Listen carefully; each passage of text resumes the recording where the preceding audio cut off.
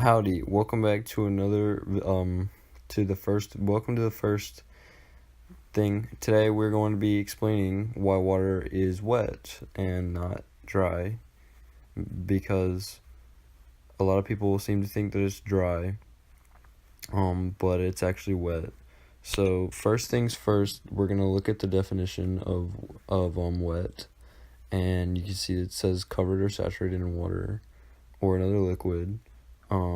So basically we've got two conditions here, which in the first one is that it needs to be covered or saturated, so it can be either, and it also needs to be water or another liquid, so basically just a liquid.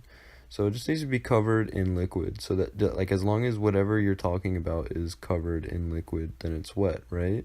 There's no other conditions, so yeah, so like let's say we have like one single atom of water, or one molecule, sorry, of water, and we like take some more and put them like on top and around and everywhere.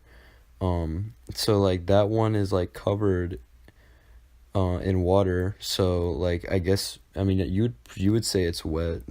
Like I'm pretty sure that's how that works. So like when you okay, so like let's take something else. Like if like let's say you have an atom of iron and you like put a bunch of water molecules around it. Yeah, I think that like I'm pretty sure like the iron atom is wet. So like since there's only two conditions and there's not a third condition that's like the thing also can't be water that you're covering.